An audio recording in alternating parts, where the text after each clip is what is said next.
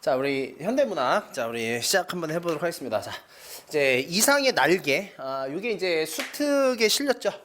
자, 그래서 이왕 뭐 리얼리즘 문학 하면서 이제 이상의 작품도 한번 건들면서 한번 뭐 같이 겸사겸사 수능 특강에 있는 걸로 선정을 했습니다.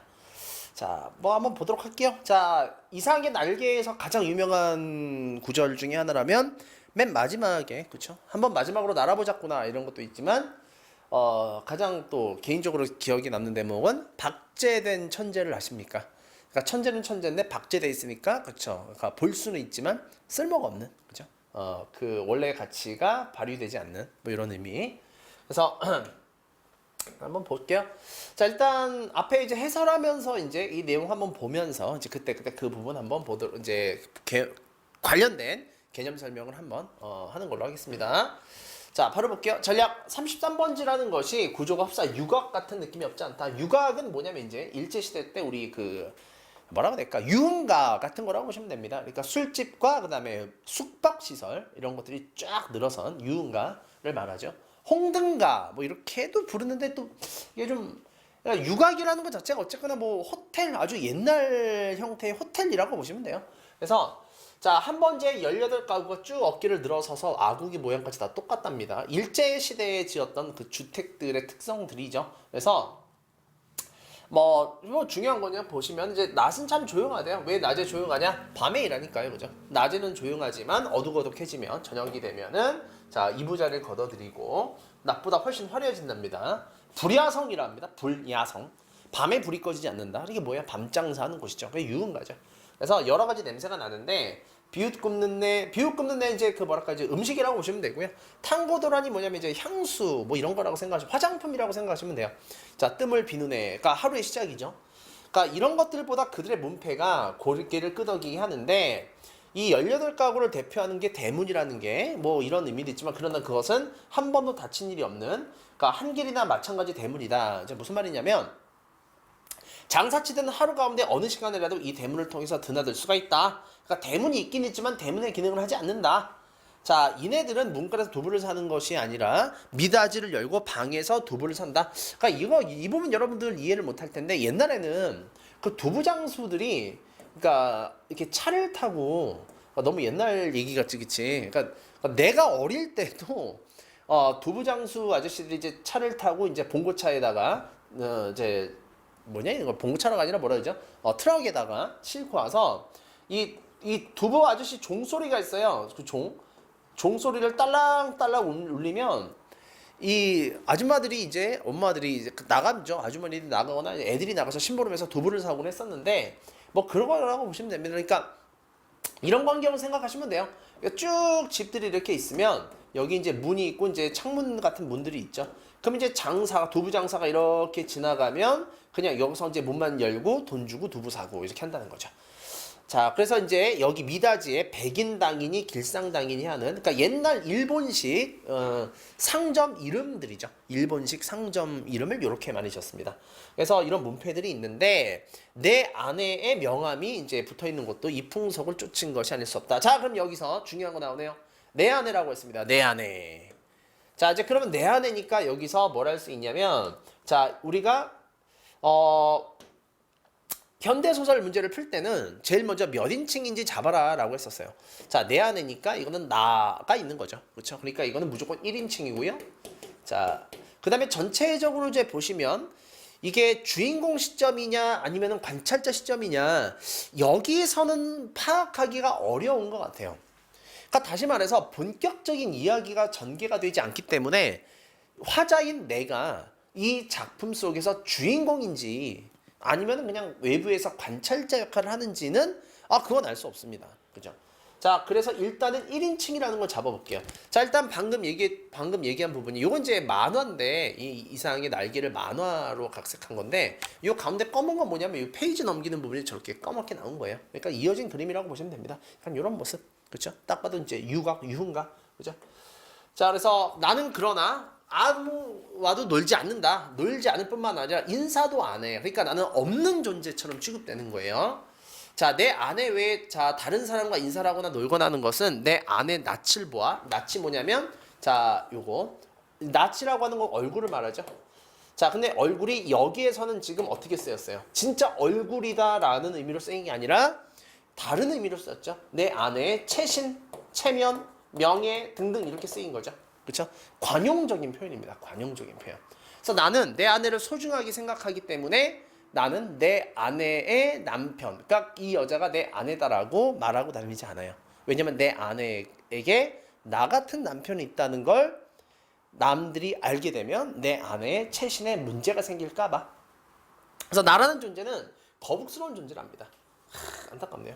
그러니까 지금 자기에 대한 이 자존감이 매우 떨어져 있는 상태예요. 나는 내 방이 있는데 집은 없어. 내 방이 있어요. 마음에 들었다. 자, 내 체온을 위해서 쾌적했고 침침했답니다. 알력을 위해서 쾌적했다. 굉장히 정당화시키고 있죠. 그러니까 어두컴컴한 다락방에 내 남편을 가두고 있는 겁니다. 결론부터 말씀드릴게요. 아내는 남편을 지금 거의 사육하다시피 길들이고 있거든요. 근데 이 남편, 즉 화자는 거기에 대해서 매우 순응을 하고 있는 모습을 보여주는데, 자, 내 방 이상의 서늘하고 따뜻한 희망하지 않았다. 이 이상 밝거나 아늑한 방을 원하지 않았다. 난 너무나 만족해. 자, 나 하나를 위해서 요만한 정도를 꾸준히니까 좁은 방에 어두컴컴한 방에 지금 나 혼자 있는 거고요. 이 세상에 태어난만 같아 즐거웠다. 굉장히 폐쇄적인 공간 안에 있고요. 그렇죠? 자, 그러니까 지금 이게 심리학적으로 말하면 이게 뭐냐면 퇴행성 인격장애예요. 그러니까 다시 말해서 정신 상태, 자존감 이런 것들이 어린아이 수준으로 떨어지다 보니까 웅크린 거, 그러니까 구석진 곳, 그늘진 곳, 남들에게 보이지 않는 곳, 그러니까 이런 것들을 좋아하게 되는 심리인 거죠. 그러니까 수업 시간에 보면 그 학생들이 다 그렇다는 건 아닌데 안 보이는 구석을 선호하는 학생들이 있어요. 왜? 그러니까 앞에 앉아야 이게 그 수업할 때 적극적으로 참여할 수 있고 더 말도 잘 들리고 잘 보일 텐데 그게 아니라, 그러니까 맨 앞에 앉은 학생들은 굉장히 눈빛들이 비슷해요. 초롱초롱합니다. 똘망똘망합니다. 나 좀 이뻐해 주세요 라는 눈빛이 나에게 딱 전달이 되는데 저 멀리 어두침침한데 항상 앉는 학생들이 있어요. 그러니까 뭐 그게 퇴행성이라는 게 아니라 아직까지 이제 자기를 감추고 싶은 심리가 있는 거죠. 자, 그래서 게으르게 지내고 있습니다. 그래서 축 처져 있는 게 그러니까 희귀고물이죠. 그렇죠? 자, 보시면 일곱째 칸에서 내가 살고 있는데 럭키 세븐의 의미일 거야 라고 굉장히 이거를 긍정적으로 받아들이고 있어요. 이 상황에 대해서 매우 긍정적으로 어떻게 해서든 해석하려고 노력을 하고 있는 모습을 보여주죠. 자, 그러면 자, 아랫방. 자, 아랫방이 어딘지 볼게요. 해가 뜬대요. 내 방은 어두침침한데 아랫방은 해가 뜬대. 자, 나는 별로 불만이 없는데 이게 아내 방이야. 그치, 아랫방은 아내 방입니다. 아내가 외출하면 아랫방으로 내려와서 창문을 연대요. 내 방이 좋으면 아랫방을 왜 내려와? 그러니까 아내가 외출을 하나 봐. 낮에는 화장대를 병 아롱이 지면서 찬란하게 빛나고 있고, 자, 이게 나의 즐거움이랍니다. 오락이랍니다. 지리가미가 뭐냐면 이제 그 뭐 화장품이라고 보시면 돼요. 자, 이걸 이제 그을려가면서 불장난을 하고 논다. 자, 그래서 그 지리가미 뭐라고 해야 될까? 그 화장 지우는 종이인 건데, 자, 손수건 같은 거예요. 조그만 있는 손수건. 그래서 종이를 끌리기 시작하고 연기를 내고 태우는 뭐 이런 어떤 화재를 유발할 수 있는 이런 위험한 장난을 합니다. 그러니까 이런 장난을 하면서 논대요. 그러니까 지금 남자가 이 결혼한 남자가 할 수 있는 행동이 아니죠. 그죠? 그래서 이 장난도 실증이 나서 나의 유희심은, 유희가 뭔지 알죠? 즐거움. 정신적인 대로 향하는데 비약한다는 건 도약한다, 발전한다 이런 의미거든요. 자, 나는 거울을 내던지고 아내 화장대에 가서 내 아내의 채취를 맡기 시작합니다. 자, 이게 너무 매력적이에요. 내 아내의 냄새가 너무 나에게 매력적인 거예요. 이런 이국적이면서 센슈얼한 감각적인 향기가 폐로 스며들면 나는 자스를 잠드는 내 눈을 느낀다. 아내의 어느 부분에서 이런 냄새가 났는지 자, 명확하게 나진 않지만 분명히 아내의 향기가 여기 어디 있지 않을까? 그쵸? 자, 굉장히 좀 변태적이죠. 그래서 이런 위험 안 합니다. 뭐 이러고 놀아요. 자, 굉장히 뭐죠? 퇴행성, 그쵸? 이런 이 어른의 모습을 보여주고 있죠. 결코 닮고 싶지 않은. 자, 아내의 방은 늘 화려했다. 자, 천장 밑으로 쫙 깔려 있고 아내의 치마와 저고리 옷이 걸려 있고요. 자, 여러 가지 포즈를 연상하면서 늘 점잖지 못하다, 흥분됐다라는 얘기입니다. 아내를 성적인 판타지 아내에게 이런 걸 갖고 있어요. 그죠? 그래서 나에게는 옷이 없었다. 나에게는 옷을 주지 않았대요. 옷을 주지 않는 이유는 뭐예요? 밖으로 나가지 말란 얘기죠. 그죠? 자, 콜덴 양복. 콜덴이 뭐냐면 이제 겨울에 입는 이렇게 올록 이렇게 콜덴이 이렇게 줄이 입체적으로 쫙 이렇게 조직이 돼 있는 그 굉장히 좀 올드해 보이는 그 옷감이 있습니다.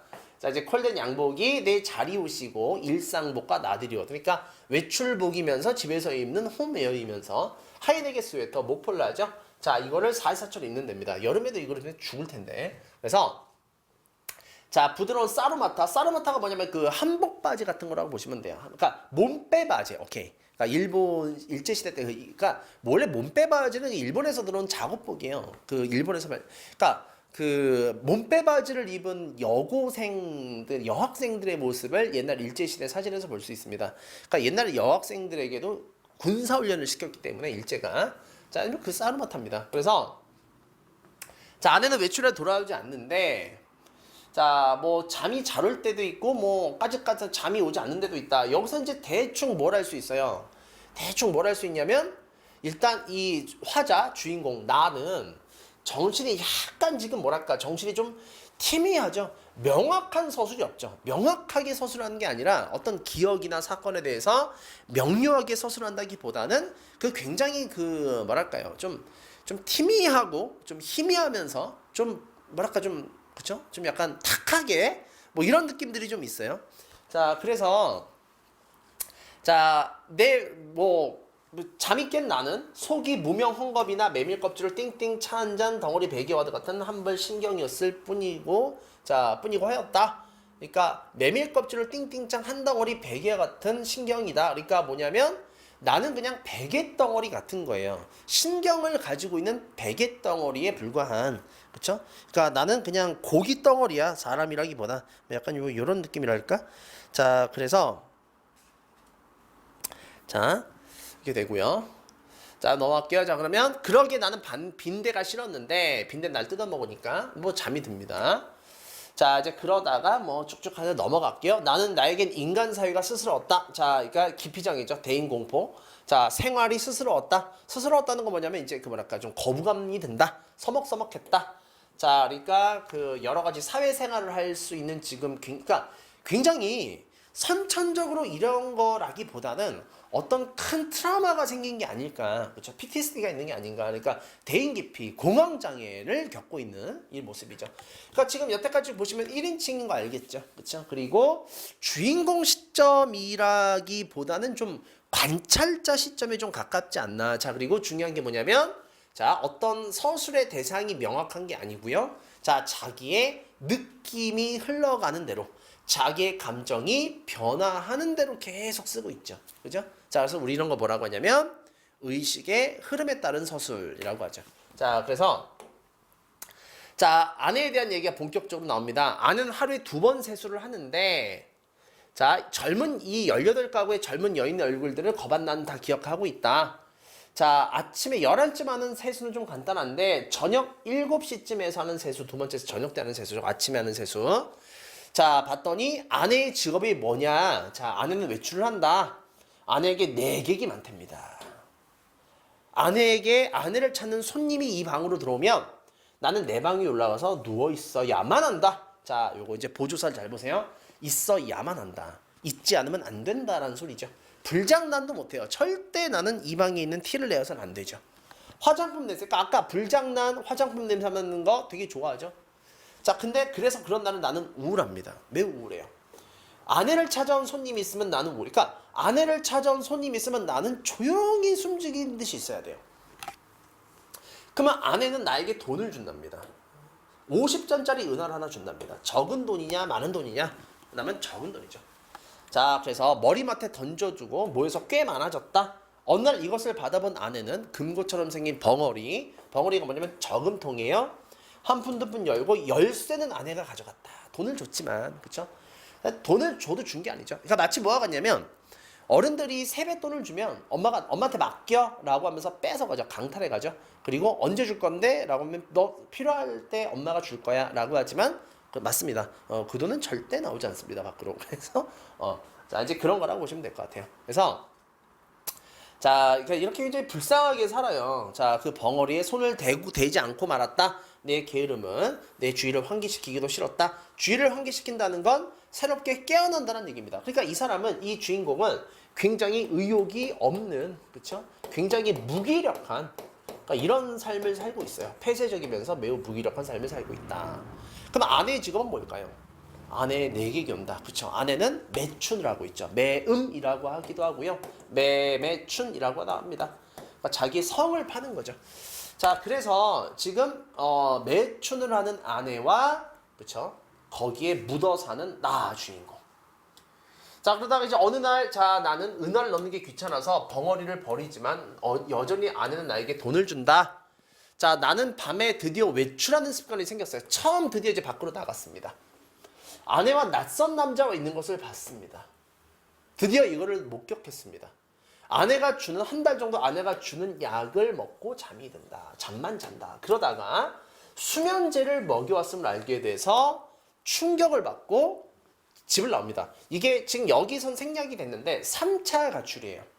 그러니까 아내가 매춘을 한다라는 걸 그 전에 어렴풋이 좀 알고는 있었지만 그게 뭔지 생각조차 하기 싫다가 이 현실에 대해서 정확하게 인식을 하게 된 시점이죠, 이게.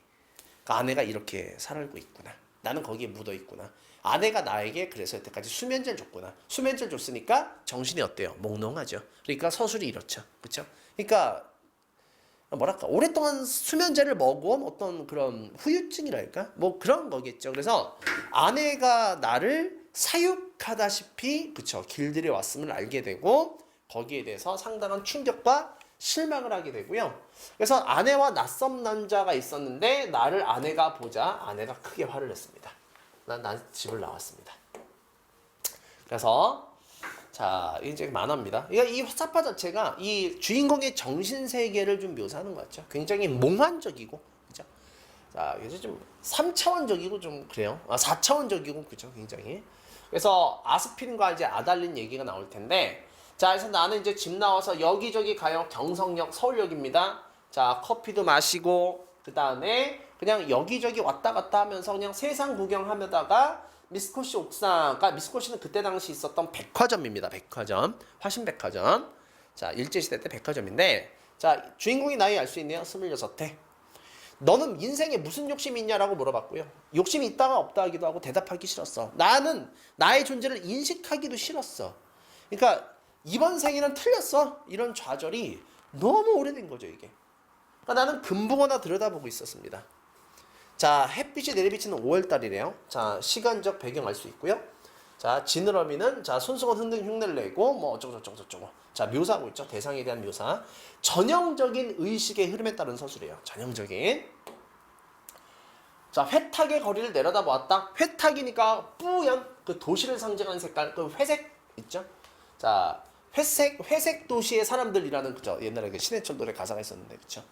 회색빛의 얼굴과 회색빛의 도시를 살아가는, 그쵸? 그래서 자, 그래서 나는 피로와 공복 때문에 무너져가는 몸뚱이를 들고 회탁 속으로 섞여 들어가지 않을 수도 없다 생각했다. 자, 어쩔 수 없이 가야겠지. 자, 어디로 갈까? 아내의 모가지가 내 눈앞에 벼락처럼 떨어졌다. 자, 아스피린과 아달린. 아스피린은 진통제고요. 아달린은 수면제입니다. 아달린은 요즘 애들 함부로 처방해주지 않아요. 수면 유도제, 수면제이기 때문에. 자, 나한텐 아스피린이야 여보라고 하면서 아달린을 먹여온 거죠.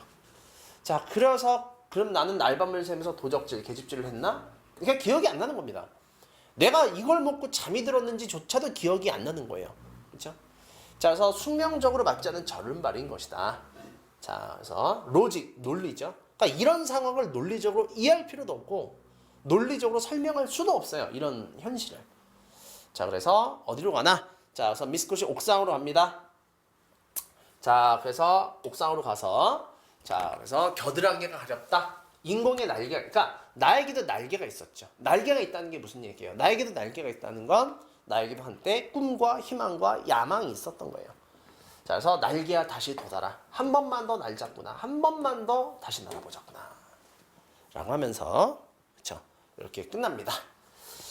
자, 그래서 이제 요게 이제 우리 교과서에 있었던, 자, 이제 이게 내용이고요. 자, 5번째 외출까지 가네요, 그죠? 자, 극복의 의지를 날개로 표현했지만 이 주인공이 과연 극복을 할지는 좀 알 수가 없을 것 같아요. 그래서 나와 아내, 자, 내성적이고 그 다음에 생활력이 없고 현실로부터 격리된 폐쇄적인 이런 상황. 그러나 마지막에 보여주고 있죠. 마지막에 한 번만 더 날아보자꾸나 라는 걸 통해서 어떤 사회 정상 궤도로 복귀하고자 하는 의사가 아직 남아있다는 것을 알 수는 있겠죠. 그 다음에 아내는 생활력이는 생활력이 그러니까 그때 당시 이제 그쵸 유흥가가 아니면 여자들이 이제 그 큰 돈을 벌기 어려웠죠. 그때 당시에. 그래서 이제 그런 모습을 그러니까 그때 당시 사회의 모습을 굉장히 현실적으로 날카롭게 지적을 하고 있는 작품이에요. 그래서 윗글에 대한 설명을 가장 적절한 것은 문제 한번 풀어보자. 신뢰할 수 없는 서술자를 통해서 신뢰할 수 없는 서술자니까 요거 1인칭을 말하는 거예요. 1인칭 주인공 시점은 가장 주관적이라 그랬죠. 가장 주관적이다. 객관적이지 못하다. 그러니까 신뢰할 수 없는 그러니까 서술자라는 건 결국 1인칭 주인공 시점을 말하는데 이게 1인칭 주인공 시점보다는 1인칭 관찰자 시점에 좀 더 가깝고요. 그 다음에 결정적으로 사회현실에 대한 풍자가 아니죠. 풍자라면 웃겨야 돼요. 근데 이게 웃깁니까? 굉장히 어둡죠. 그렇죠? 그 다음에 내적 갈등 해소되고 있다. 틀렸고요. 회상의 방식도 있습니다. 근데 원인을 설명하는 게 아니죠. 이거는 아까도 얘기했지만 의식의 흐름에 따른 서술이에요. 특정 인물의 시각이다. 그 다음에 내면 심리를 집중적으로 서술하고 있다. 이렇게 되어 있고요. 작품 외부의 인물은 3인칭이에요. 근데 이건 1인칭이지 않습니까? 그렇기 때문에 이것도 틀렸죠. 그래서 정답은 몇 번이냐면 4번. 이렇게 되죠. 그 다음에 넘어갈게요. 그러면 인물에 대한 거. 주동적 인물, 반동적 인물. 반동적 인물은 주인공, 이 작품의 주인공일 수도 있고 아니면 가장 말 그대로 주체적인 인물에게 대비되는, 그러니까 대립적인 인물을 반동적 인물이라고 하고요. 전형과 개성이 있는데 전형적인 인물은 말 그대로 우리가 흔히 볼 수 있는 캐릭터를 말합니다. 어디 가나 있을 법한 만날 수 있는 캐릭터라면 개성적 캐릭터는 그렇지 않은, 그러니까 흔히 발견하기 어려운 뚜렷한 자기의 가치관이나 말 그대로 개성을 가진 인물을 말하고요. 다음에 평면적인 인물은 뭐냐면 말 그대로 변하지 않는 사람이고 입체적인 인물은 성격이나 내면의 심리가 변하는 인물을 말합니다. 그래서 인물이 입체적인 묘사다라고 한다면 결국에 어떤 계기를 통해서 마음, 심리나 정서 상태 등이 변화되는 이런 인물을 말해요. 그래서 이제 이거 보시면 캐릭터를 보십시오. 집어 던지죠. 진급이 누락되었습니다. 이 말을 듣자마자 집어 던집니다. 인물의 정서를 파악할 때, 우리 고전에서도 배웠지만 굳이 대사보다는 행동을 통해서 보여주죠. 우리가 이 사람 바라보고 있지 않습니까? 그렇죠? 그러니까 1인칭 관찰자라는 게 이런 거예요. 이 사람의 행동을 묘사함으로써 이 사람의, 보여주고 있는 인물의 내면 심리를 파악할 수 있는 거죠. 그래서 요약적 제시, 내적 독백 등등등이 있는데 요약적 제시는 그냥 빨리 하자면 이거는 3인칭 전지적 작가 시점 있지? 전지적 시점에 해당된다라고 보시면 되고 말 그대로 서술자가 정말 말 그대로 요약하듯이 정말 스피디하게 모든 인물의 내면 심리를 다 하나하나 찝어주면서 전개해 나가는 방식이고요. 독백은 대화가 아닌 독백입니다. 지금 이 소설 날개는 내적 독백이 주류적으로 서술이 돼 있고요. 그 다음에 의식의 흐름, 지금 이거 하는 거죠. 생각, 관념, 본성 등 떠오르는 의식에 따라 즉 뭐가 필요하냐면 의식의 흐름 기법이 되려면 내 눈앞에 대상이 있어야 돼요. 뭘 생각하시면 되냐면 내가 버스를 타고 지나가는데 창밖을 바라본다라고 생각하시면 됩니다. 창밖에 보이는 대상에 따라서 나의 의식이 계속 바뀌죠. 그러니까 예를 들어 지나가다가 무슨 지하철역을 보면은 지하철역에서 옛날에 아빠와 마중 나가서 만났던 생각이 날 수도 있고 가다가 또 학교를 지납니다. 학교를 지나니까 옛날에 내가 좋아했던 누가 생각나기도 하고 그 다음에 예를 들어 카페가 있어요. 오래된 동네 카페를 쓱 지나가면서 또 옛날에 내가 좋아했던 또 좋아했던 누가 생각나는구나. 자, 뭐가 생각나기도 하고 뭐 그런 거죠. 자, 그러니까 내 앞에 보이는 대상이 있고 그 보이는 대상이 정말 흘러가듯이 계속 변화하면 내 머릿속에 있는 생각이나 감정도 흘러가듯이 변하는 거. 그러니까 어떤 기준이나 뭐 예를 들어서 뭐랄까 그러니까 서술의 기준이 명백하게 없는 거예요. 목적이나 기준 이런 게 없는 거예요. 이제 그게 의식의 흐름 기법이라고 보시면 돼요. 됐나요? 자, 그래서 요거 꼭 정리 하나 해놓으시고 서술자의 개입은 많이 설명을 해드렸죠. 자, 서술자가 그러니까 서술자의 개입이 있으려면 반드시 3인칭이어야 돼. 그렇죠? 갑자기 스토리 내부에 끼어들어서 내 견해를 말하거나 감정을 말하거나 아니면은 편집자의 논평을 드러내기도 합니다. 이거 설자의 개입인데 이건 나오면 한 번 더 자세히 설명해 드릴게요. 자, 그래서 요게 의식의 흐름이라고 보시면 돼요. 책은 마음의 양식이야. 양식 돈가스가 생각나는데 돈가스 땡기다 이런 거 전형적인 의식의 흐름 됐죠? 자, 기준도 없고 목적도 없고요. 정말 생각나는 대로 그냥 내뱉는 거. 그러니까 뇌를 통과는 하지만 뇌에서 자정작용을 못하는 그런 거라고 보시면 됩니다. 자, 그래서 2번 윗글에 나에 대한 설명으로 적절하지 않은 것은 무의도식하는 인물 맞고 외부에 두문불출하는 나가지 않는 그쵸? 그 다음에 천진난만하다 고립무원은 뭐예요? 말 그대로 이제 아내에게 폐쇄적으로 정말 사육되듯이 살아가는 모습이죠. 자, 그 다음에 백수건달인 것도 맞죠. 그쵸? 자, 근데 이제 나머지 아내에 대한 불만을 놀이를 통해 드러낸다 이렇게 돼 있는데 자폐적인 것도 맞고요. 자, 무의도식은 아무것도 안 하고 먹고 사는 겁니다. 그래서 이것도 맞죠? 이것도 맞죠. 자, 그 다음에 아내와 갈등을 꺼리면서 자, 아내와 갈등을 꺼린다는 건 아내에게 손님이 올 때 그쵸? 콕 박혀서 나오지 않지 않습니까? 자, 맞아. 고립무원 됐다. 자, 근데 보시면 3번에 천진난만하다라고 볼 수 있나요? 천진난만한 건 마냥 해맑고 순수한 인물입니다. 순수하고 해맑다라기보다는 의지가 없는 무기력한 인물이라고 보는 게 좀 더 맞지 않을까. 그쵸? 자, 그래서 자, 3번이라고 해보시면 될 것 같고요. 자, 그 다음에 마지막 3번까지만 풀어볼게요. 자, 보기를 참고하여 기억과 니은의 의미를 파악했을 때 적절한 것은 자, 공간은 단순한 물리적 성격만 갖고 있는 게 아니라 자, 암시적으로 움직임을 드러내기도 하는데 따라서 우리는 소설 속의 공간을 대하는 이게 중요하죠. 인물의 정서에 주목해라.